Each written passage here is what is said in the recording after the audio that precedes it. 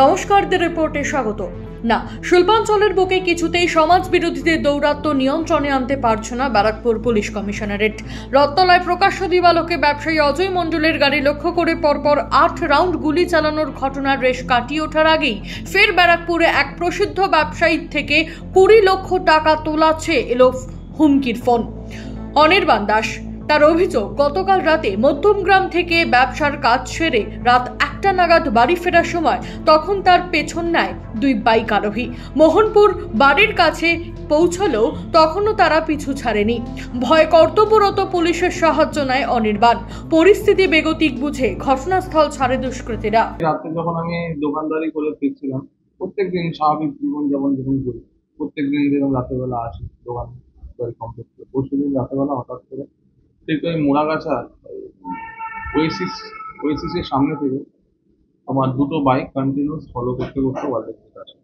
মানে ওয়েসিসের আরেকটু আগে, ওয়েসিস না, ওয়েসিস কিছুটা আগে থেকে কন্টিনিউ ফলো করছে বাইক। দুটো বাইকেরই নাম্বার নেই, ঠিক আছে। এবার একদমই আননোন 2টো বাইকে 4টে ছেলে ছিল। তো ওরা একজন সামনে একজন পিছনে, 2টো বাইক আমার গাড়িটা কন্টিনিউ ফলো করছে, ঠিক আছে। আমি মানে স্পিড আপ করছি, তো ওরাও স্পিড আপ করছে, স্লো করছি, স্লো করে দিচ্ছে। মানে আমি রীতিমতন আতঙ্কিত হয়ে গেছি কেন এরা করছে জিনিসটা।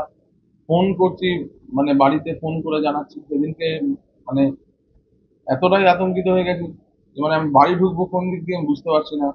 ওয়ারলেস গেটের মুখে এসেছি, একটা বাইক চলে গেল কল্যাণী হাই রোডের দিকে, মানে টুয়ার্ডস আপনার কয়রাপুরের দিকে, একটা বাইক চলছে মোহনপুরের দিকে।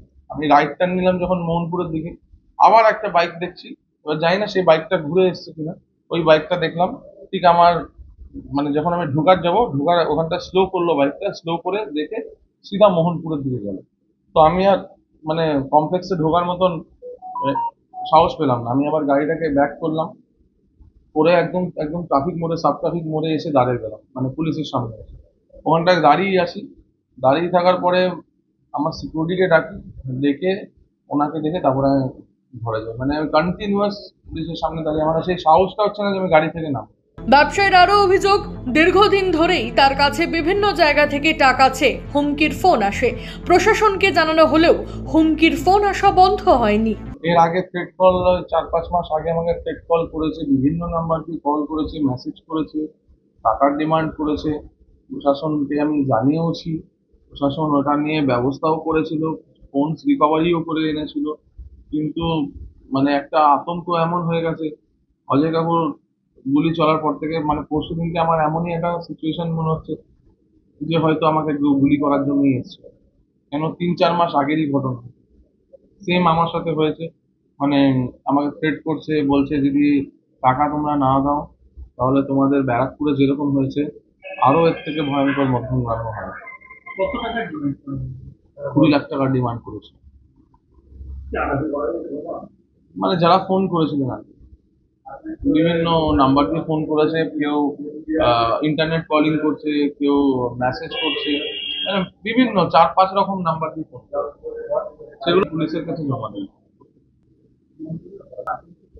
বিভৎস আতঙ্কিত আমি বাড়ি থেকে এখন বেরোচ্ছিলাম, আমি সিপি সাহেবের কাছে গেছিলাম, মানে নিরাপত্তাহীনভাবে ভুগছি। আমি সাহেবের কাছে আবেদন করেছি যে আমাকে একটা নিরাপত্তার ব্যবস্থা ইমিডিয়েট করে দিন, না হলে এর আগেও বলেছি, আমি চেষ্টা করেছি, মানে বলেছিলাম, তখন উনি আশ্বাস দিয়েছিলেন যে এরকম আর কিছু ইনসিডেন্ট হবে না। এরকম হ্যাঁ, এর আগে ঘটেছে, কিন্তু এখন বর্তমানে আমি মানে ঘর থেকে বেরোবো যে সেই সাহসটাও খুব পাচ্ছি না। দোকানেও গুলি চলেছে, সেটারই থ্রেট আবার দিয়েছে যে দোকানে এবার গুলি চলেছে, আগের বার কিছু হয়নি, এবার কিছু হবে। আজ থেকে প্রায় 1 বা 1.5 বছর আগে ব্যারাকপুরের ওই প্রসিদ্ধ দোকান লক্ষ্য করে গুলি চালিয়েছিল দুষ্কৃতীরা। তারপর কিছুদিন তদন্ত চললেও যার পুরোপুরি সমাধান করতে পারেনি প্রশাসন। তারপর ঘটে গেছে অনেক ঘটনা।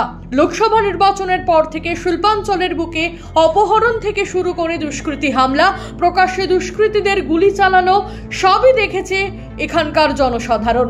নিরাপত্তা দেওয়া তো অনেক দূরের কথা, আদৌ সেই ঘটনার তদন্ত এগুলো কিনা জানা নেই কারণ।